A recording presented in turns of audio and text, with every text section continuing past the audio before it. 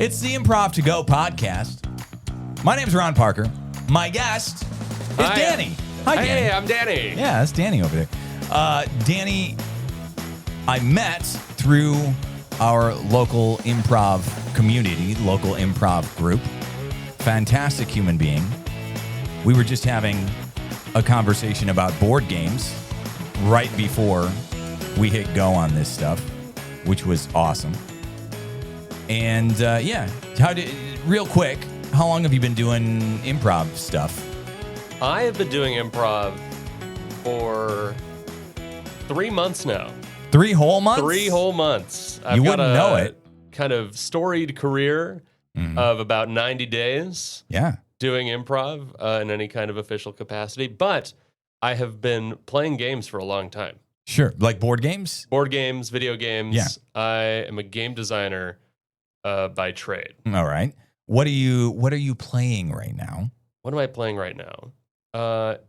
Not enough, according to my friends. I've been in a bit of a... They're game shaming you for not spending enough time? Well, they're shaming me for not spending enough time relaxing right now. So I've gone through like a couple months of kind of not spending enough time to myself. But late last year, I got really into Hades 2. Oh, okay, yeah. I have it, but have not really? had a chance to. That's one that I want it to be the only game I'm playing when I start actually playing it, because I just want to play it only and I've got a bunch of other stuff that I'm going through right now, but I have it and want to play it. I would honestly do a whole nother podcast just talking about video games. Yeah, is this funny? No, it's kind of funny, but it's intensely interesting to me because that's one of my fixations, I guess, too, is video games. I'm in the same boat. I mean, that's how they roped me into improv. Is they were like, "Oh, there's games," and I was like, "Really?" And they were you talking love about any a different kind of game. Doesn't matter. Video, but it worked live. out. It worked out. Yeah. So let's do a warm-up game. First time we're trying this one. This is called Campfire.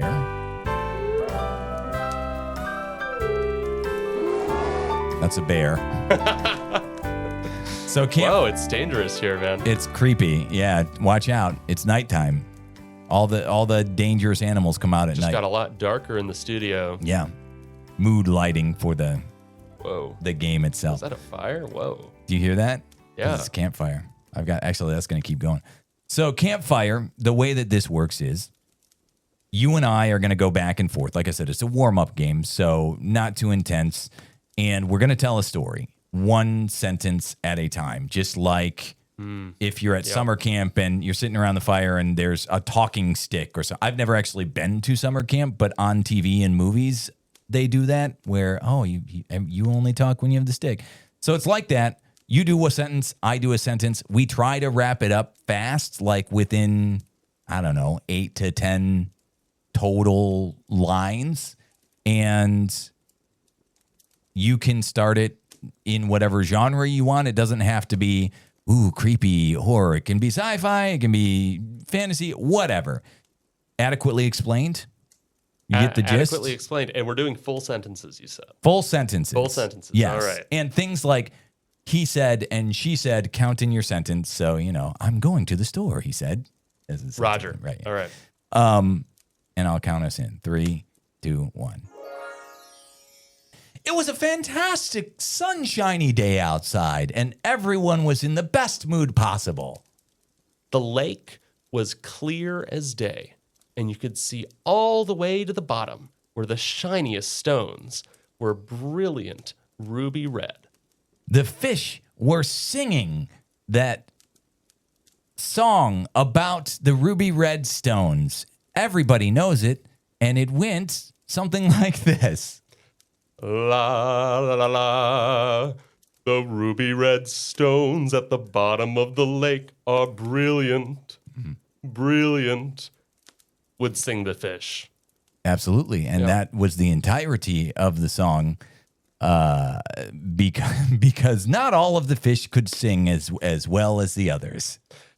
And that's okay, because not every fish needs to sing very well. And the fish knew that. And so if you didn't feel very confident as a fish singing the ruby red ruby song, Stones.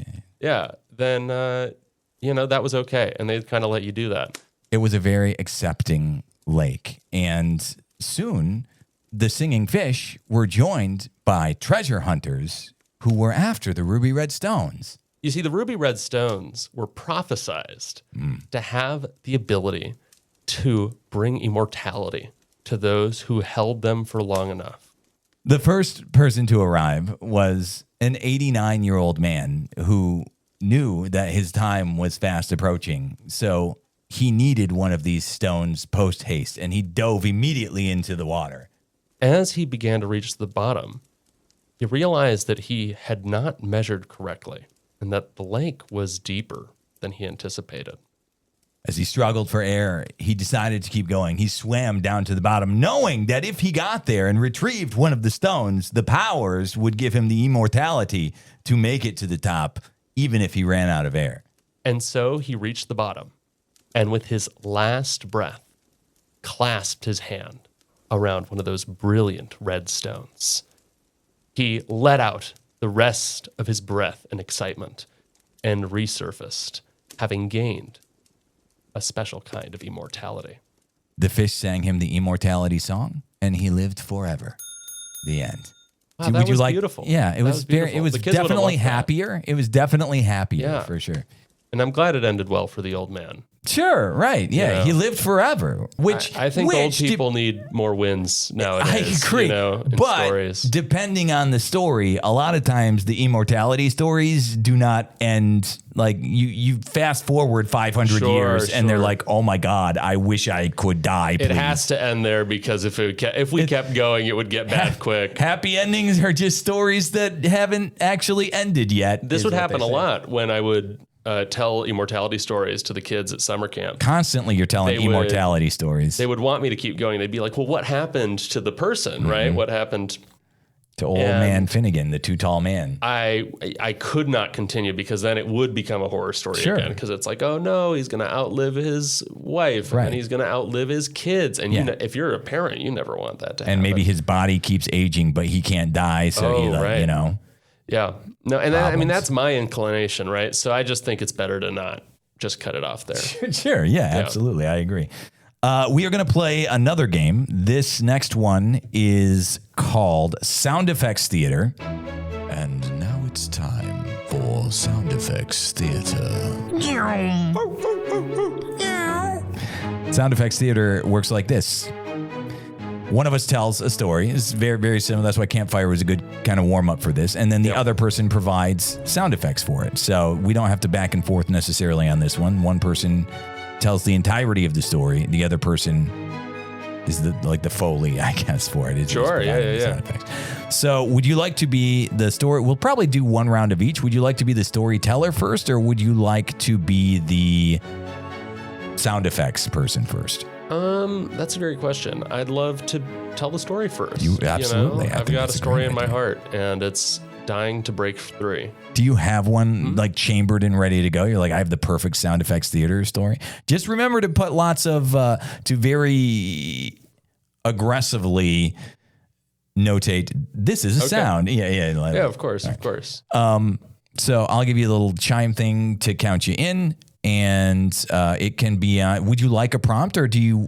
Yeah, give me a prompt. I'll give you a Hit prompt me. of a location. What do we got? How's that sound? I've got a generator thing here. Ooh, So your location is storage locker? Okay. Storage locker. Classic storage locker. Right. I don't know if Yeah. you're like at the storage locker or inside. It's up to you, really, to determine. But I'll count you in. And Storage locker is like, it's like you rent it out to store I have two pictures of like a- furniture and stuff like Yeah. that, right? That's what that's yeah, what I'm like if thinking. you moved and you don't have room for all of your stuff in your new Yeah. place, you put it in a storage locker facility. Yeah. And there you go. So I'll count you in. 3, 2, 1. So there was this guy. I used to be friends with him in high school, and we actually just got lunch the other day. And he was telling me his grandmother passed away not long ago, and yeah, and from a violent cough. It murdered her, and with a knife. And that was a bummer. I knew her. I was very fond of her. But he inherited a storage locker from her estate. And he wasn't quite sure what was in it. So he was kind of telling me what happened. He had just been there a few days prior to check it out. And so he drove down. It was kind of an old, bumpy country road. And, one of those country roads that has like a lot of hostile, secluded farmer types that think they're off grid, my cows, and you're out aggravating them. I think he was chased by dogs a little bit. Yeah. And so he goes all the way down, and they've got a storage locker facility down there, apparently, out in the country. Abandoned place. There's no one else other than the guy running the counter, and he's like, hey, I've got this key here for a storage locker. It's like B12. The guy's playing like Tetris on his computer. And he's really good at it. He's absolutely, he's getting all sorts of points and high scores and stuff like that.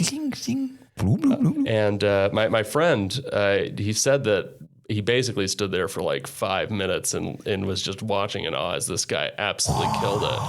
Yeah. He stops watching this guy play Tetris, right? Because we all got to stop eventually. We all got to learn to let go. He exchanges this sort of key for like directions to where the proper storage locker is. He's guided there. And it's this huge, just antiquated, old, like almost warehouse structure. This is a large storage locker. And he's like, all right, what am I going to find in here? Right. I'm dying to know. And the door opens, it rolls up. It's like a garage door. Yeah. And inside, birdsong. Very bad birdsong. Weird, human-esque. It sounds honest. It's a little bit horrifying. Birdsong. It's like if you've ever heard birds pretend to be humans, pretending to be birds. This is kind of what you were hearing. Kill me. So he's horrified, right? He's horrified as soon as this storage locker opens at what's inside, because what's inside is a jungle. A jungle filled with human-animal hybrids. Flying above him on wings made of hands. They're just flapping in the... Whoosh. Hi, man. How's it going? Whoosh. And he yells immediately.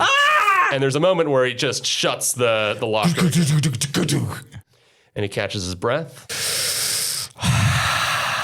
And with kind of a renewed vigor, he reopens the storage locker to face what his grandmother had done. It turns out, he would tell me later, that his grandmother had been working on deeply illegal experiments for the U.S. government for years before she passed.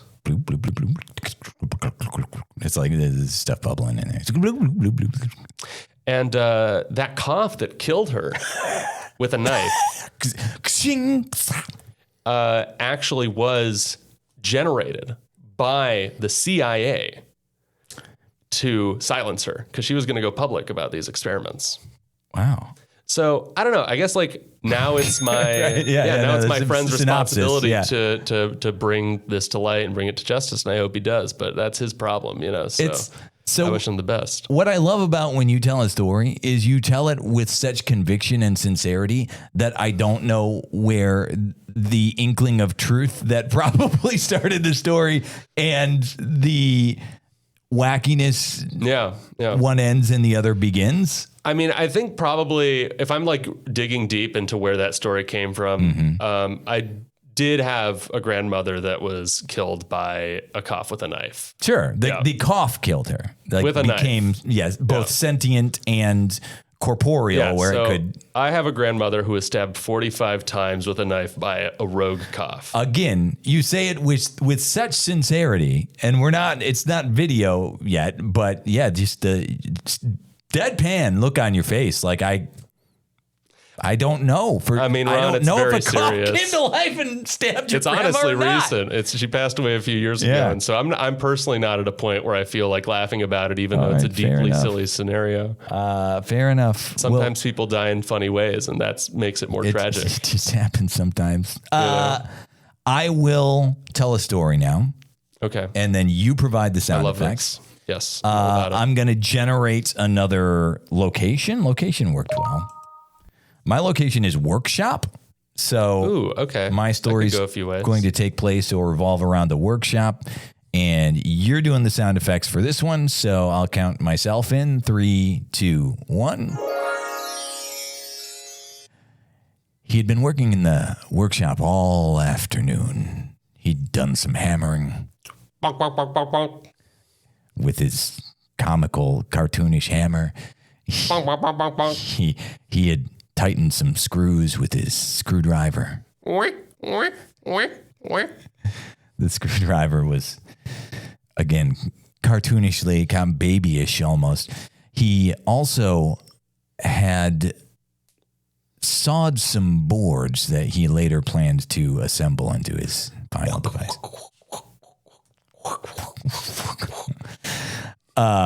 It was not the most effective saw in the entire world, but it got the job done. He got all the boards sawed completely. So he assembled this thing using all of the tools in rapid succession. Wonk, wonk, wonk, wonk, wonk, wonk. Even faster because he was running out of time. Wonk, wonk, wonk, wonk, wonk, wonk, wonk, wonk, wonk, wonk. And finally, his masterpiece was complete. It shone with the brilliance of 1,000 suns. Exactly. He had finally completed his life's work, the invention he had been spending his entire life creating. You wouldn't know to look at it what its function was, but it did start to emanate a sound which might clue you in to what the invention did.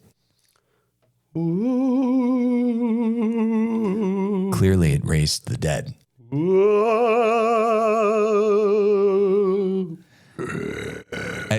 And the dead were not happy to have been disturbed. Dude, what the fuck? They were quite upset. So, realizing what he had done, he freaked the hell out. But only briefly. And then Time to focus. decided that this invention of his, even though he had spent so much time and energy and blood, sweat, and tears on it, he had to destroy it. It had to go. So he picked up his comical hammer and began swinging at the device. Bonk, bonk, bonk, bonk. Bonk, bonk, bonk, bonk, bonk, bonk, bonk, bonk, Just bonk, bonk, bonk, bonk, bonk, bounced bonk, right bonk, off. bonk. Everything was bouncing right off. So he decided the only way to fight the supernatural was with the supernatural. He runs out of the workshop, grabs a shovel on his way out, goes to the graveyard next door, starts digging up the first grave he sees, grabs a femur. I have a femur now. It was attached to something. He had to like rip it off. There we go. Runs back into the workshop and starts smashing the machine with the femur that he just acquired.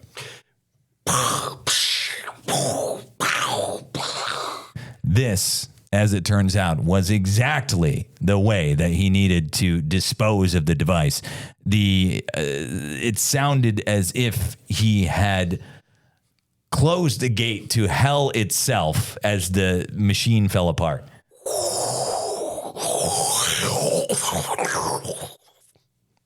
Then he had lunch.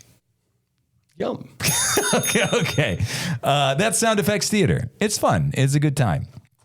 Ron, that was incredible. You like Sound Effects Theater? Wow. My sister did my test version of this.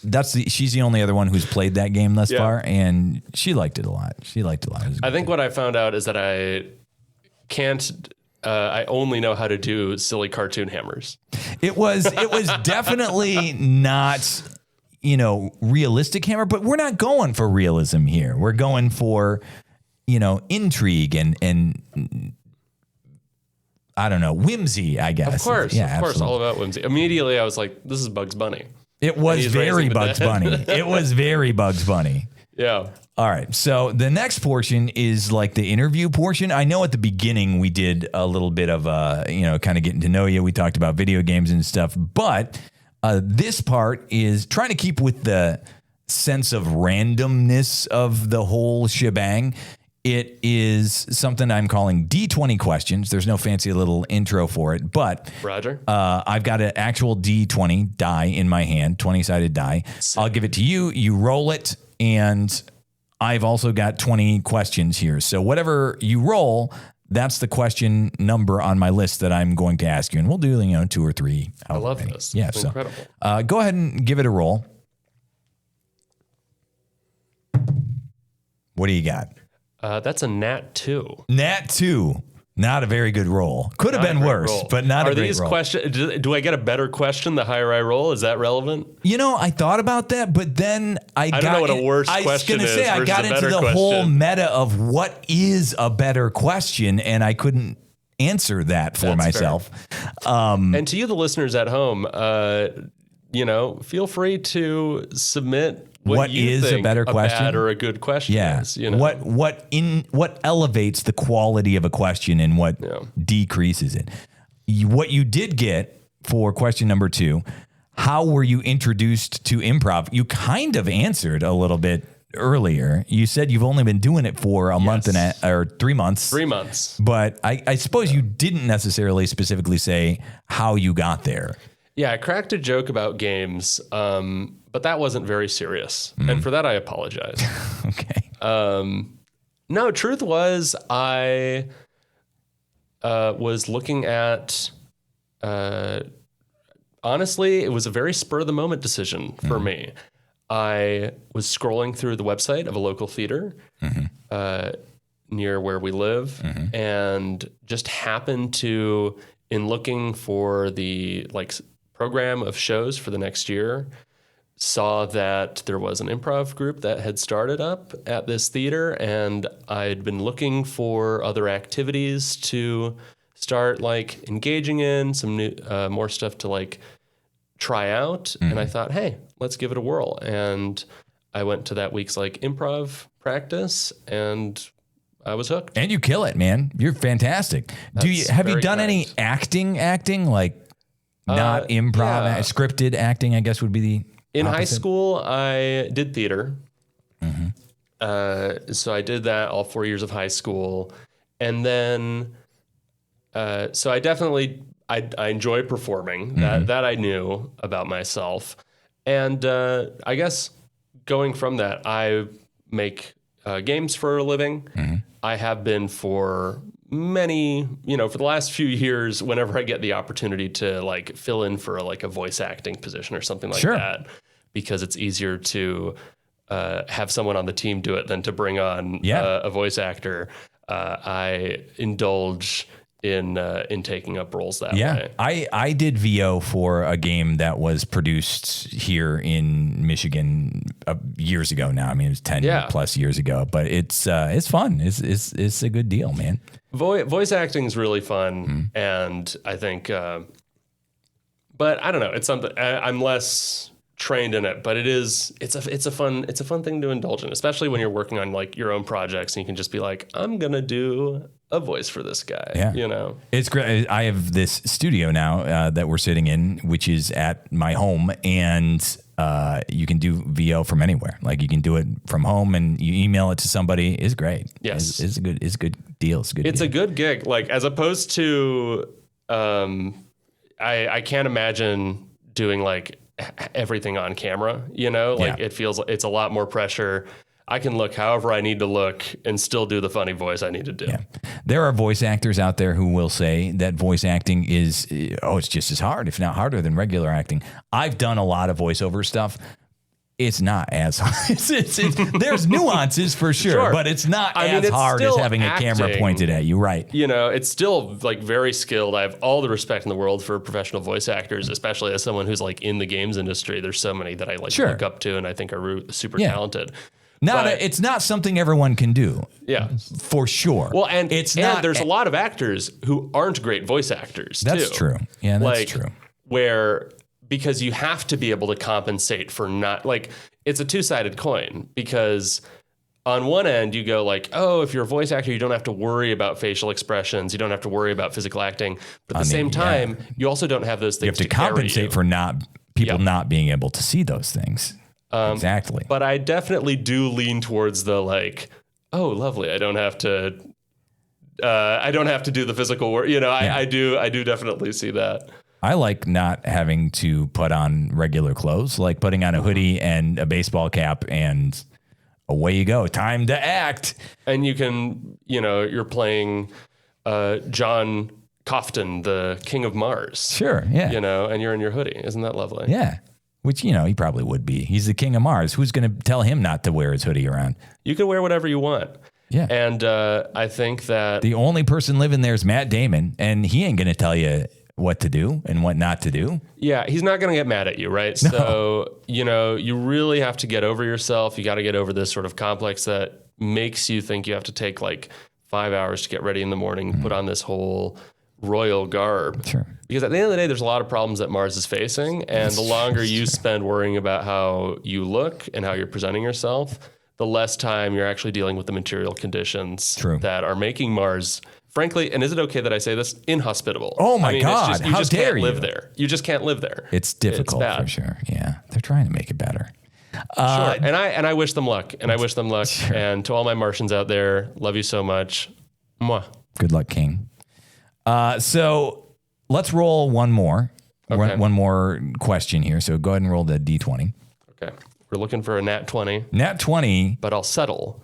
Nat 20 is the one that I kind of made. Ooh, you rolled a nat 20, this is a spicy question. It's a special thing. Now I want it. Now I want it even more. Try. Oh, that's a 9. 9? That's not a nat 20. 9. I'll take a 9. What book do you recommend? Or if you don't have a book to recommend, why don't you read? It's the second portion of that question. Oh, that's so funny. Yeah. Well, I don't think I have. Well, actually, you know what? I do have a book to recommend. Okay. I don't read too much nowadays. I will specify too.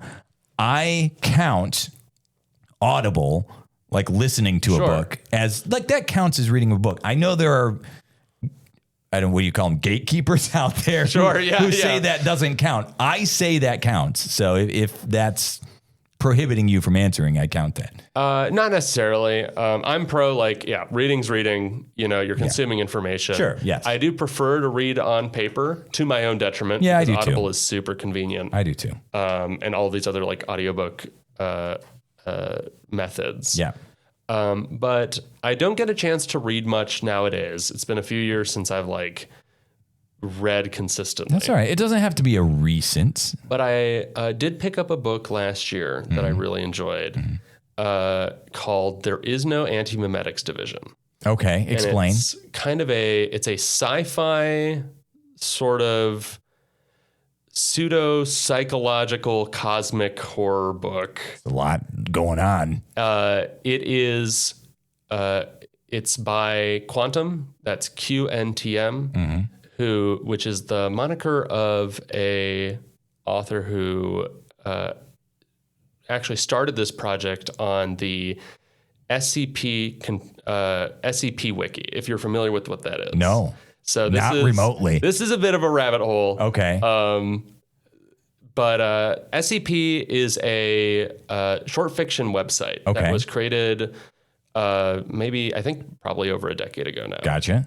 Where the whole gimmick is that these are short stories that anyone can submit. I think they go through a short review process, but they are all formatted very specifically to look like documents that are official. Like top secret files stuff? Exactly. Yeah. So, and this website, the SCP website, has inspired a lot of fiction since then. There's video games and books that are very inspired by this this site and this type of fiction that was written on this site of like, oh, what if there was a secret organization that only exists to contain like anomalous stuff? Sure. So years ago, this author started posting like a series of these articles that were connected and that laid out anomalous beings, where the anomalous property about them was that you can't remember them. They like erase themselves from your memory. There's an X-Men character that is like that. He's called Forget Me Not. Yeah. Yes. So it's that. Exactly. And if you're a Doctor Who fan, it's like the Silence, right? Yes. Who you forget about when you're not looking at. And it's a whole book that is based around like, hey, what if our world was filled with creatures that are like this, and what type of organization would have to exist to contain and deal with threats that you can't even remember. I love that premise.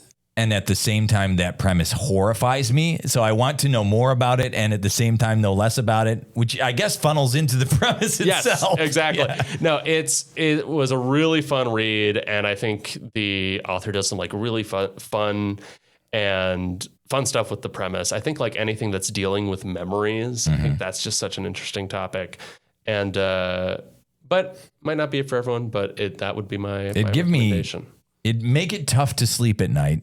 But it'd be one of those things that I'd read it anyway, knowing that I'm paying the price for it. The morbid curiosity. I exactly. think we're all drawn a little bit to stuff like that. Let's do another game. Ooh, lovely. Let's do one. This Chai played with me, and this will be the second time we've gone through it. It's called Mashup. Mashup. Funky as all get out. I love these intros. This is incredible. I could just listen to these. Right? There's a lot of them in here that we're not even going to play the games that go with the intros. So one day I'll invite you over and we'll just sit and listen to intros all day. Good. That's good. That'd be fantastic. Also, Chai is fantastic. I know you said that right before we hit the intro. Love Chai. Fabulous dude. Listen to his episode. It's called Fresh Pressed Shirts and Murder Holes is the name of the episode. Mashup works like this. I am going to use a different random generator here than the one we were using previously. This is one I found online. Don't want to double dip. That's right. That's a lie. I've done that many times. But this one is called the Word Finder. It actually generates sentences, unrelated sentences, and you can have it do as many as you want. I have it set to do 2 unrelated sentences that it generates randomly. And then we do a scene that incorporates them. You don't have to say them. It's not like quotes that have to go in there. You can, but that's how we determine the premise of the scene that we're going to do is based off of these 2 unrelated sentences. So the first ones that come up are: the parents went out without the kids for once, and over time she realized she would never know how to cook. So Roger, I love that. We need to incorporate both of those in a short-ish scene, and I will read them one more time. The parents went out without the kids for once. Over time, she realized she would never know how to cook. I'll start the scene. 3, 2, 1. Okay. All right, Billy. So mom and dad are on a date night. So I'm in charge tonight. All right. Aww, I hate it when you're in charge. Well, they don't let me be in charge very often. So we're just going to play it cool, and we're going to play nice, and I'm going to make food. And what are we gonna have? You don't know how to make anything. I'm still learning, and so you can't judge me, and you can't judge the quality of my cooking because I'm still getting there. I'm going to anyway. And I'll tell you when my food is ready for your opinions to matter about it. It's all right. I'll give you my opinion now. It's gonna suck, even if it doesn't matter. But fine. What are you gonna try to make? I was thinking that we could make. We could have a sort of beef stroganoff. That sounds very advanced for you. I saw a TikTok and they made it look TikToks are very easy. short. They made it look very easy and very simple. How and in long? fact, they said at the beginning, they were like, here's my recipe for a quick 5-minute beef stroganoff. And it's only 5 minutes. The TikTok was 30 seconds, but it's a 5-minute That's recipe. what I was going to ask, is how long the TikTok was. So in 30 seconds, you figured out how to make beef stroganoff. Which is a recipe that can be done in 5 minutes. Yeah. All right. Well, give it a shot, I guess. What's step one? So step one is the beef. That makes sense. So I'm going to, here's an axe. I need your help. We are going to be slaughtering Bessie. And it's only going to take five minutes start to finish for and this. I imagine it's fast to do that. How long do you think it's going to take me to slaughter Bessie? Well, I have no moral objections to this. I'm just concerned about how long. Yeah. You do sports, Okay. and I think you've probably got this. And I guess like I don't know. I got this. Maybe if it takes too long to kill Bessie and we're not able to hit the 5-minute mark, maybe that's kind of your fault, and maybe that kind of vetoes your ability to judge my cooking for the day, right? Maybe we say that, right? I have a lot of comebacks for that, but I'm really hungry, so I'm going to get over there and, all right, Bessie. Kersplat, kersplat, kersplat. Man, this is tough. So which parts do you need? I don't really know, honestly. The TikTok didn't go into deep TikTok detail. didn't explain? Yeah, we're figuring it out. We're figuring it out here. Which parts should I get? Dealer's choice. You pick. You're making the thing. Well, we want head. Let's do the head because we want to do good in school. That's the smallest part at the moment. It'll be the easiest to bring in. Yeah, so bring the head in. Here you go. Splat. This is a good idea. Yeah, I can't wait for this beef stroganoff. All right. And so I'm going to start pulling apart this cow head. Gross. And you can't say that. You killed the cow. Under duress. And well, you could have said no. That's true. I was going to suggest really that maybe hungry. I do this and you watch TV, but now you're involved. And so now we're in this together. Fine. And if we get in trouble, I'm taking you with me. Fine. That's a very aggressive threat, but fine. I'm 5 years older than you. And I am definitely in charge. But if you want to act like I'm not, then you're complicit. All right. It said the head is separated. Now what? All right. So it says to put it in a pot. Do that. Along with all these other ingredients. All these other ingredients? That's extremely non-specific. No, it's the ones that I have here in my hand. You see, I've got chopped onions. Oh, I've got okay. Chopped carrots. Sure. While you were out slaughtering Bessie, Yeah. I chopped these up real quick. Man, we've only got probably another 2 minutes tops. 1 second. Let me look at the TikTok to refresh. Okay. What I need this is to going to take next. 30 seconds. Ooh, it's a dance trend. Would you do the thing? Find it. Did you bookmark it? I don't know how TikTok works. Can you do that? Ooh, this one's cool. What? Find the beef stroganoff thing. Oh my gosh, this is like a 5-minute pecan pie recipe. This is going to take us an hour, I feel like. We could maybe try this. Instead of? I killed a cow for nothing? Billy, this is a mess. I know, I'm covered in blood. How about you take a shower and I'm going to clean up back here and we're going to try this pecan pie recipe. Okay, that's fantastic. So that's how mashup works. Good times. A lot of murder. No real cows were harmed. No, absolutely not. It was all an extension of sound effects theater that we actually killed a cow. I know it sounded very real, kids at home, because we're so good at sound effects, but no. Everyone's fine. Would you like to do one more of those? Let's do one more of those, like a short one. And I will generate a quick thing here. The next 2 sentences are, I found a gold coin on the playground after school today. And the second sentence, does Amelia know? That's so funny. So, God, I love that. Real quick, one more time, the 2 sentences. I found a gold coin on the playground after school today. Does Amelia know? 3, 2, 1. Hey, check this out. Oh my gosh, is that a gold coin? I found it on the playground after school today. Does Amelia know? That bitch don't know shit, man. This is mine. If she finds out, if Amelia were to ever find out that I found a gold coin, she'd kick my ass and take it, man. Yeah, or she'd like divorce you and take half of it. Yep, absolutely. Since I'm married to her. Well, you guys got married on the playground 2 days ago. Mm-hmm. That's true. And that's my, if that's what happened to my parents. If she wants to go back on that, half of that gold coin is hers, as well as half of your Pokemon collection. I don't even think I could break this in half. And I know I'm not going to give up half my Pokemon collection. Enough. Here, try it. I'm giving it to you right now. Is it broken? I didn't want to because it was pretty, but I could have. I could feel it. It was bending. Sure. Yeah. If you wanted to. Absolutely. I bet your girlfriend who lives in Canada would have a very easy time breaking it in half as well, too. Yeah. And I don't know why you said it like that. Who's a model. Yeah. And she's very pretty. And I'm actually going on a date with her this weekend. Really? Yeah. Oh, right. And she looks exactly like the magazine clipping you have in your pocket that you keep to show everybody? Yeah. I'm a really lucky 14-year-old boy. Right.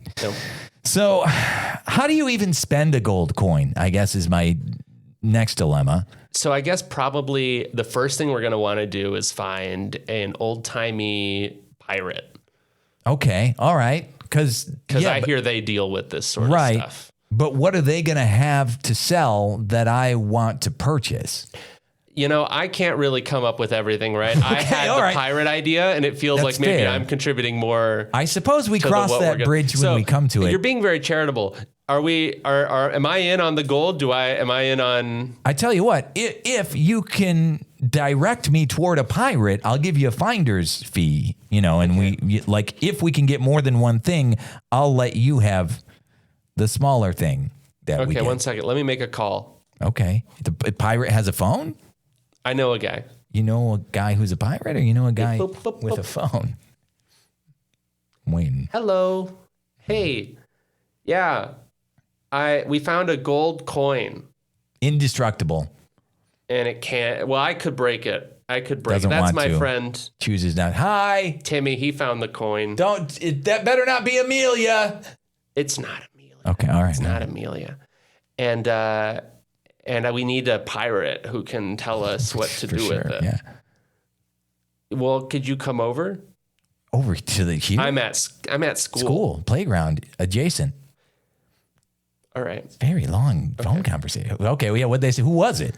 That's my friend that I met on Roblox. Oh, okay. And he says he was a pirate, but he says that he cannot come to school. Well, that was now what are we going to do? Also, how old is this person? I have so many questions. He says he's 14 also. Does he sound 14? He's got a pirate voice, so pirates have to have deeper voices. How does he sound? So this is my voice. That is your voice. Yeah, for sure. I'm familiar. So his voice is more of a hey, how's it going? That doesn't, he sounds more like a plumber than a pirate. It's a really good impression of what I do. Hey, how's it going? Right. He's from New York. Hey. He's a New York pirate. Yeah, maybe. Pittsburgh, perhaps, pirate. I've never been to New York, so there could be pirates there. Okay. I'll take your word for it. All of this sounds like... So we need to find another solution for this coin. You should not be talking to this guy on Roblox. I would like to advise you. Yeah, I hear that... My mom tells me that it might be a creep, actually. But, I'm not sure. And I think that Roblox is a very trustworthy site that probably has that handled. Hey, look at this. This coin was chocolate the whole time. Oh, okay. You are really weak. That's not true. I just didn't want to break it. Okay, so that's mashup. Yeah, that kid should not be talking to that quote unquote adult pirate on Roblox. Anytime you have the phrase adult pirate, something is super shady. There was a moment partway through there where I was like, a very real phenomenon that I very actually do not like has just seeped into this. Seeped into this bit. Right. Yeah. Yeah. Well, yes, we had fun, but it's one of those where it's like the 80s cartoons where it's a cautionary tale as well. There's a very serious PSA that goes along with if you trust adult pirates online, that you're not familiar with, Nothing but disaster. you know, they're not going to be able, they're going to do nothing but disappoint you when you do find a gold coin in the playground. Knowing is half the battle. Yeah. Okay, we've got one more game. Incredible. And this is one where you and I actually go against each other in a head-to-head. I know, it's how sad. Why would I end on a confrontational note?